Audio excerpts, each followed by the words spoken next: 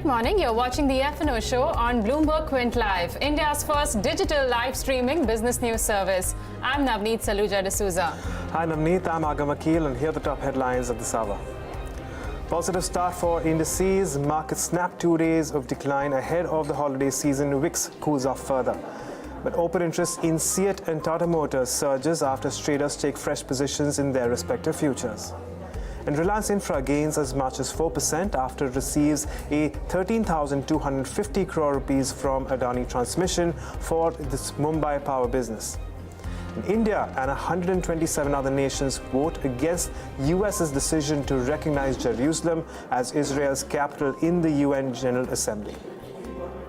Okay, let's take a look as to what's happening with the futures and options market right now. We've had a positive opening both for the benchmark as well as the broader market indices, but hogging the limelight in the last 3 to 4 sessions has been the broader market indices. No major movements seen, but Nifty is still trading very much in the positive with gains of almost 26 points. Important to highlight, the premium has fallen from 24 points to almost 8 points currently. And the India VIX continues to recede. In fact, it's fallen below the mark of 12, which is very comfortable. And in fact, with India VIX receding, we've also seen unwinding coming up for a couple of call strikes in today's trade. So that's a positive sign. We've seen 10,500 strike, which is sitting with maximum open interest. That in today's session has seen a bit of unwinding and a lot of out of the money call strikes. 10,500 or be it 600, 10,452 has seen a bit of unwinding, so to say, in today's trade. But writing continues on the 10,400 strike in today's session. Let's just pull up that strike and see exactly how much open interest addition has taken place so far. And last when I checked, almost 5 lakh shares, so only about 45 minutes into trade, and we've seen around 5 lakh shares being added for the 10,400 strike. Even the 10,450 and the 10,500 strike so far have seen a bit of open interest addition. But what is the trading range that one can expect at a time when the holiday season is starting? And you'll see the volumes also going down. In fact, the FIs, Agam, they've been unwinding their positions on the index futures, even the option side in the last few sessions. So if you go by the premium on these strikes, 10,400 put and the 10,500 call strike, the trading range looks like 10,380 to about 10,550 on the upside. But most importantly, just about 4 to 5 more days, trading days to go for this year to end, Agam. Let's see if we can hit that all-important 10,500 mark, which everyone's been talking about. Eagerly awaited. We're not very far from that level, Navneet, just about 35 more points to go. But that said, let's take a look at some of those counters which are looking at the surge in open interest today. And we have SEAT right at the top of the list. So SEAT has seen an increase of around 13.6% in open interest, while the underlying also moves up 3%, so fresh longs building up there. And Tata Motor DVR has again picked up pace. Longs there as well, while it sees an increase of around 11% in open interest. This is followed by Hexaware and Wipro, as well as Voltas, all looking at well over 9 to 10% increase in open interest. Moving on to the list of stocks which are looking at unwinding, and as we move into expiry, some of these will see an increase, a gradual increase and decline in open interest. We have Dalmia Bharat, of course, which is seeing a 5.3% decline in OI. That's followed by Wockhardt. Of course, Wockhardt entered into the F&O ban yesterday. We'll have to wait and watch whether or not it does move out. And it's the same for IFCI as well, which is declining by as much as 3.6%. So longs unwinding for IFCI. Pidilite and MRF among the other counters looking at some amount of unwinding.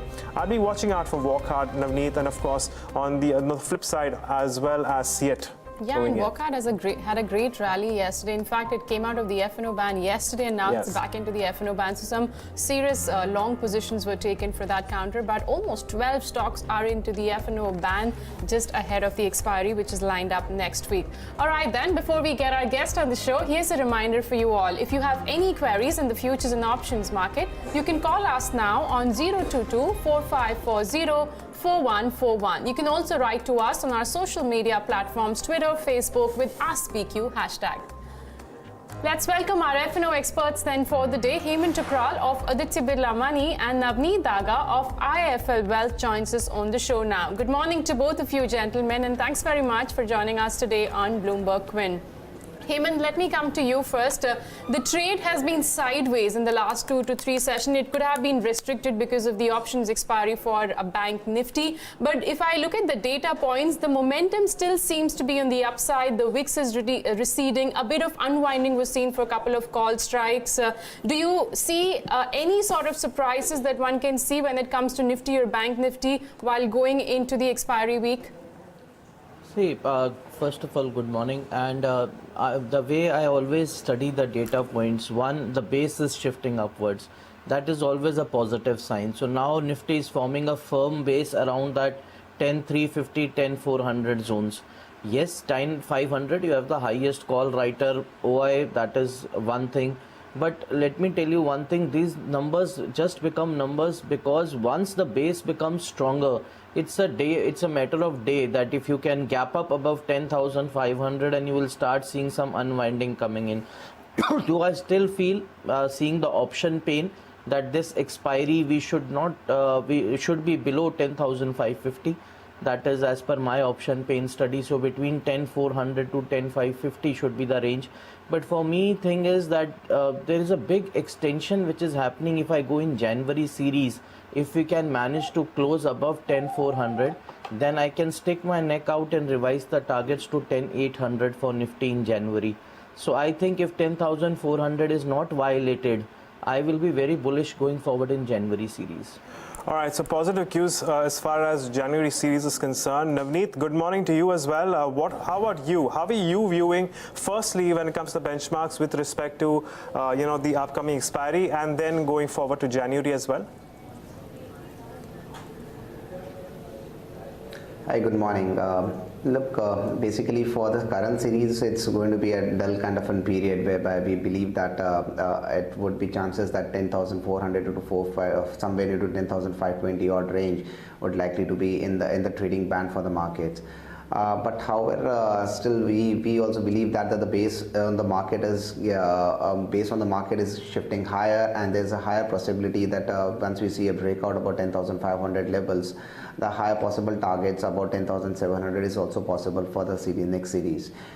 So we'll be basically betting on more of a stock specific side. It's looking likely that index will continue to be trading range and with an upward bias on the higher side. Okay, as the base for the market moves higher, what can be the option strategies that one can deploy in this market? Let's shift our focus then to options corner. Navneet Daga has a short strangle strategy, but before we take a look at his strategy, let's see what it means. A short strangle is when one sells an out-of-the-money call and an out-of-the-money put in anticipation of decrease in volatility. Well, the strategy actually becomes profitable when volatility decreases, followed by contraction in options premium. Navneet, over to you. Take us through your strategy.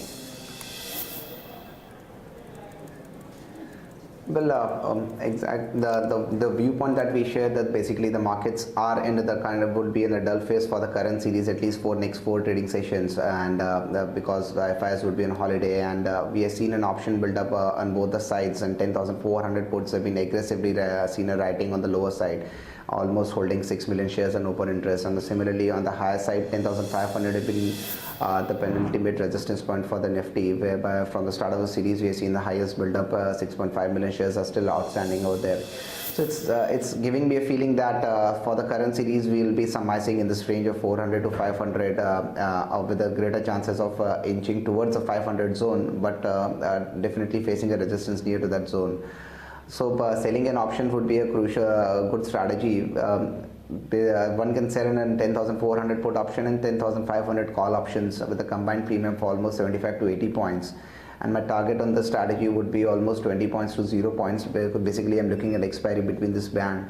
And I'll keep a strict stop loss with the spreads widens toward 100, 120 odd levels. That's where the would look that the breakout has confirmed on the higher side, or the breakdown is confirmed on the lower side.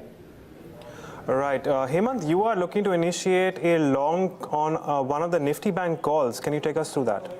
Yes, Agam, I am taking a risk today for next 2-3 days. The risk is that because I expect Bank Nifty to be in the range between 25,500 to 25,850, I feel Bank Nifty is towards the lower end of the range. Because I cannot participate through futures because overall, as Navneet also mentioned, that it is more of a dull environment.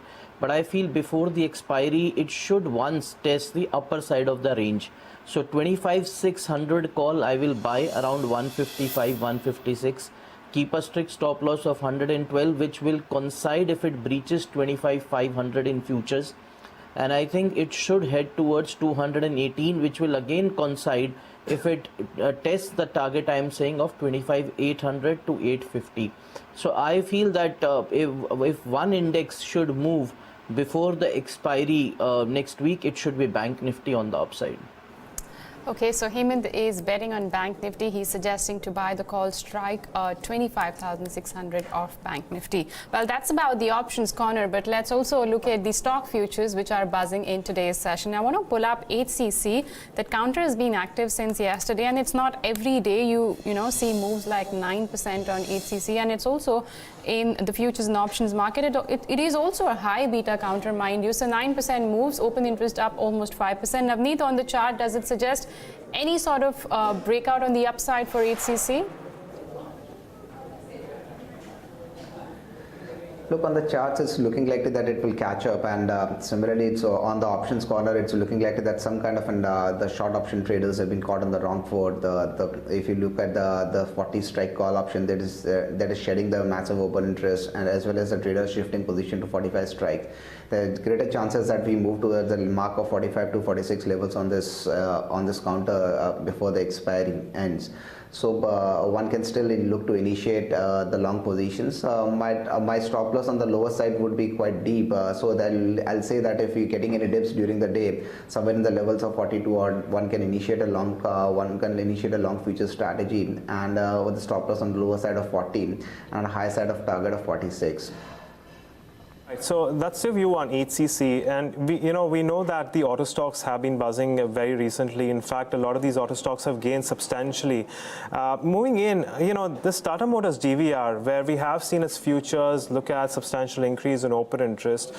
Can you pull up Tata Motors as well as Tata Motors? Okay, so Tata Motors GVR has seen around near a 11% increase in OI. Can we also take a look at what Tata Motors is doing? Not too much change in open interest there for the December futures. Let's pick up on the January futures as well, if we can, and see what Tata Motors is doing in the January futures. We most certainly will be seeing an increase. There you have it, about 5.6% increase in open interest, of course, and that's the DVR. DVR is looking at a 72% increase in OI. Of course, the underlying for both is up by as much as 1 and 1.5%. Hemant, if I can come to you on Tata Motors or Tata Motors DVR, whatever you're tracking, what would you with these stocks, and would you still initiate? And if you would initiate a long call in these, what kind of levels would you be watching out for? Okay, for me, Tata Motors has done one very good thing, that is managed to cross 420 and sustain above it. Remember, 420, you had a lot of call writers holding on positions. I have started seeing unwinding happening. So I feel that if we can initiate long with a strict stop loss of 418, 419, then the stock can move towards 433, 434. So, but do keep a tight stop loss of 419, 418, because if it moves below 420 again, then I would not be looking out to continue long positions. So I feel the target should be 434. The setup is bullish right now. Okay, so the setup looks bullish for Tata Motors. Remember, this is been the underperformer if you compare it to the entire auto pack, and in terms of valuations too, it is the cheapest stock which is available among the large cap auto counters. But some of the other stocks which are actually done well, pull up Adani Power and Reliance Infra. Remember, the deal was between Reliance Infra yesterday, which was announced, and Adani Transmission. Adani Transmission is not in the futures and options market, but that's been locked in upper circuit for a while now, and the rub-off effect has been seen on Adani Power, which is up almost 8%. So both Reliance Infra and Adani Power have seen substantial gains in today's trade. Navneet, if I were to ask you to pick one stock where one can take a position, which one would that be? The chart of Adani Power or Reliance Infra looks better? Look, to me, the Adani Power would interest me, because this is coming out of an kind of a big of consolidation between that range of 30 to 36, and now it started to confirm that that range have shifted higher. And if you look look at the options data as well, there's a massive amount of call unwinding happening across the strike from 35 to 37.5. So it's looking likely that the short covering move from the call writers might squeeze on the higher side, and there's greater chances that it might move above 40 odd levels. So for the current series, if somebody is looking to bet on, I would suggest that one can bet directly on the call options. One can buy the 40 strike call options, which is currently priced at 1.2 levels. The greater chances that the strike comes in the money, there can be more short covering move on the higher side, and one can look for a target of somewhere near to 43 on this stock. All right, so then we'll move on and address some of the queries that our viewers have. And well, the first one comes from Arvind Wagh, and he has the Mindtree 600 call at 5.75, and his question is, should he hold on to this until expiry? I think we have discussed this particular one, but let's take a look at it again, because today again the stock is up around 2.2%, and that particular call is at around 6.7. So he's definitely making, or rather sitting on a profit of around 0.7. That is the premium. So, Hemant, I'm going to come to you on your outlook on Mindtree. First of all, what do you make of Mindtree? Do you think it can cross 600 in this expiry? And if so, what can Arvind Wagh do with his position when it comes to the 600 call? See, first of all, the stock he has chosen is very bullish. I have a feeling if you just see the setup among all the IT stocks, to some extent, Tech Mahindra, KPIT, Mindtree, they have a very similar setups by making what we easily call in technical language a higher top and higher bottom. So never they have seen a breaking up of previous bottoms. And I feel that Mindtree now he can hold with a stop loss of 580. Now coming to a question of 600 call. See, I would hold this call till it holds above 580, 585, because in any case, now only 3 days left for expiry. So not much premium is left to try to get out of the call or work out something where he can stop the loss. At least he can hold on the positions, because if it doesn't breaches below 580, chances are very high that it will touch the magical number of 605. That's the target that I can see. So if 605 comes, then I think the client can come out in profits, or at least the cost will be recovered of the call. So I would hold on to this call with a stop loss of 580. So hold on to your 600 call strike of Mindtree is what Hemant is suggesting. Currently it is about, the premium is around 6.7. And Hemant, we've got your fan writing to us on Facebook, and her name is Lalita Jain. She wants to know, at this level for Mahindra and Mahindra, can the January futures be bought? Remember, M&M was in focus yesterday because it went X bonus, but let's just check what the stock is doing in today's trading session and see if there is, okay, it's up almost 1%, open interest higher 5%. Hemant, what would you suggest Lalita to do? Can she initiate a fresh long position beat for the January futures of M&M? I see. First of all, we have to understand that this stock after yesterday's X bonus saw some profit taking coming in. But I think what basic positive in M&M is that M&M has given a breakout above that 1450 mark. So if I divide it as bonus, that would mean that around 725, 730 should be the stop loss. Till the M&M holds above that, I think the stock is moving in the right direction. The stock can test 770. But if I can ask her to buy another stock which is looking in the same segment more bullish, that is Escort. I think the Escort has given a better setup derivative wise and data wise, and I can see Escort moving towards 780. So answering her question, can she buy M&M? Yes, she can buy M&M even in January series. I would keep a stop loss of 730 on the same. But if I would have recommended her, I would have recommended Escort, because I think the setup is slightly more bullish than M&M. All right, we also have Arbind the Panda, who writes to us on Facebook, and he wants to get a view on Sun Pharma January futures. Let's take a look at what the January futures of Sun Pharma are doing currently. They're likely to have, okay, there you have it. So the premium is around 3.5 points. It's currently trading at 530, and we are looking at an open interest increase of nearly 5% in today's day of trade, though the underlying is marginally in the red for now. Navneet, what can Arvind the Panda do with Sun Pharma January futures? Can he initiate a long position or a short position for that matter? I guess Sun Pharma would be trading largely there is no major data points which are suggesting that there is a major breakout or breakdown trade on Sun Pharma is available currently.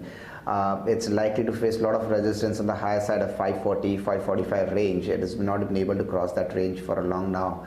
There are greater chances that that would be continue to be in the sideways trading range. To my understanding, the entry point in the Sun Pharma would be somewhere in the range of 520 odd, but it would be at 20-25 points of more movement from there on. So one can look to buy, but on the dips towards 520 odd levels and the higher side until it crosses about 545 and gives a confirmation to close about that.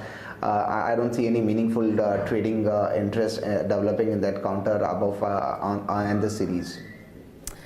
Okay, that's the view coming in on Sun Pharma. We've also got AB Trader on YouTube. He's written to us. He's bought Axis Bank 550 put strike at 8.5, and I guess the current premium of that is almost about 7 rupees. He wants to know, should he hold on or should he just cover his position? Hemant, what would you suggest on Axis Bank 550 put strike?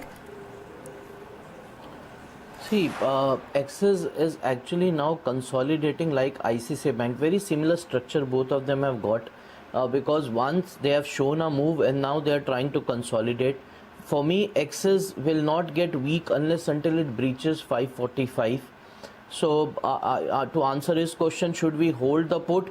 He should keep a strict stop loss of 553 and hold it, because till it doesn't crosses 553 it's not showing any movement. So right now it's in a channel of 10 rupees. So if it comes to 544, please book, because if it falls below 544 then you can see a further cut. But if it crosses 553 then he should come out of the put immediately. Okay, moving on, one of our other regulars, Bikash Pekare, he writes to us on YouTube. Well, firstly, he wishes Merry Christmas to you as well, Bikash. He has one lot of the Nifty 10,450 call, and the premium that he's paid for this particular call is 60. If I'm not mistaken, the premium currently stands at around 69. Okay, there you have it. Now it's at 70. So he wants to know what could the target and the stop loss be for this particular call. Navneet, what can Bikash do with his position on the 10,450 call? If you can help him out, he is sitting with a 10-point profit right now.